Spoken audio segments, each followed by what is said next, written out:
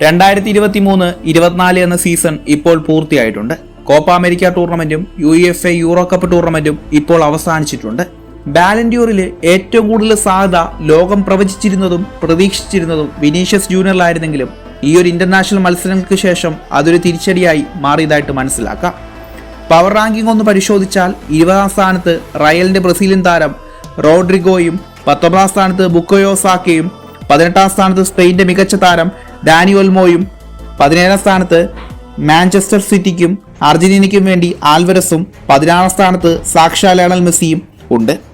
2023-24 സീസണിൽ 28 ഗോളുകളും 17 അസിസ്റ്റുകളും ഇന്റർ മിയാമിക്കൊപ്പം നേടിയ കിരീടവും കോപ്പ അമേരിക്കയും മെസ്സിയുടെ നേട്ടങ്ങൾ തന്നെ. 15ാം സ്ഥാനത്ത് അൽവാരോ മൊറാറ്റയും 14ാം സ്ഥാനത്ത് എമിലിയാനോ മാർട്ടിനസുമാണ് ഉള്ളത്. 27 ക്ലീൻ ഷീറ്റുകളാണ് നിലവിൽ എമിലിയാനോ മാർട്ടിനസ് നേടിയെടുത്തിരുന്നത്. ഈ സീസണിൽ കോപ്പ അമേരിക്ക നേടി. കൂടാതെ കോപ്പയിലെ ഗോൾഡൻ ഗ്ലൗവും അദ്ദേഹമാണ് നേടിയെടുത്തത്. 13ാം സ്ഥാനത്തുള്ളത് എർലിംഗ് ഹാലൻഡ് ആണ്.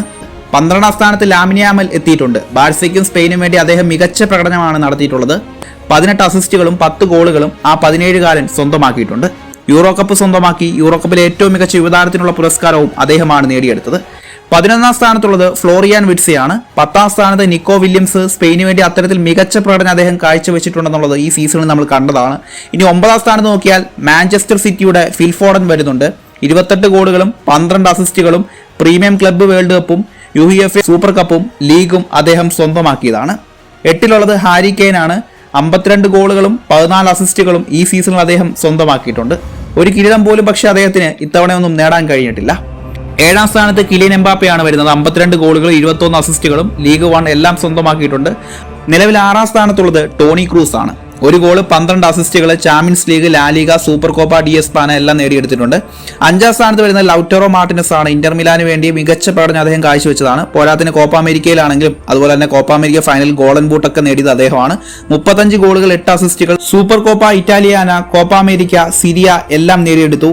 4ാം സ്ഥാനത്തുള്ളത് ഡാനി കാർവൽ കുതിച്ചെത്തിയിട്ടുണ്ട്. നമുക്കറിയാം റയലിനും സ്പെയിനും ഒക്കെ വേണ്ടി മികച്ച പ്രകടനം നടത്തിക്കൊണ്ട് ഒരുപാട് നേട്ടങ്ങൾ അദ്ദേഹം ഇപ്പോൾ സ്വന്തമാക്കിയിട്ടുണ്ട്. 7 ഗോളുകൾ 8 assist 21 clean sheet, Euro Cup സ്വന്തമാക്കി, ചാമ്പ്യൻസ് ലീഗ് എല്ലാം അദ്ദേഹം എടുത്തിട്ടുണ്ട്. LaLiga, Super Copa de España എല്ലാം അദ്ദേഹം സ്വന്തമാക്കിയതാണ്.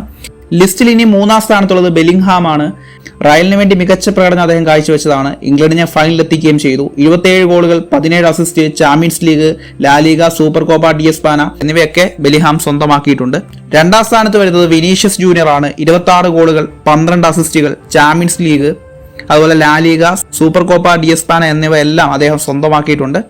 ഒരു മികച്ച പഠനം കാഴ്ചവെച്ചെങ്കിലും 1ാം സ്ഥാനത്തിരുന്ന് അദ്ദേഹം 2ാം സ്ഥാനത്തിലോട്ട് പിന്തള്ളപ്പെടുകയായിരുന്നു. 1ാം സ്ഥാനത്തുള്ളത് മറ്റാരുമല്ല, മാഞ്ചസ്റ്റർ സിറ്റിയുടെ സ്പാനിഷ് സൂപ്പർ താരമായ റോഡ്രിയാണ്. 12 ഗോളുകൾ 15 അസിസ്റ്റുകൾ, യൂറോ പ്രീമിയർ ലീഗ്, അതുപോലെ club world cup, UEFA super cup എന്നിവയെല്ലാം അദ്ദേഹം നേടിയെടുത്തിട്ടുണ്ട്.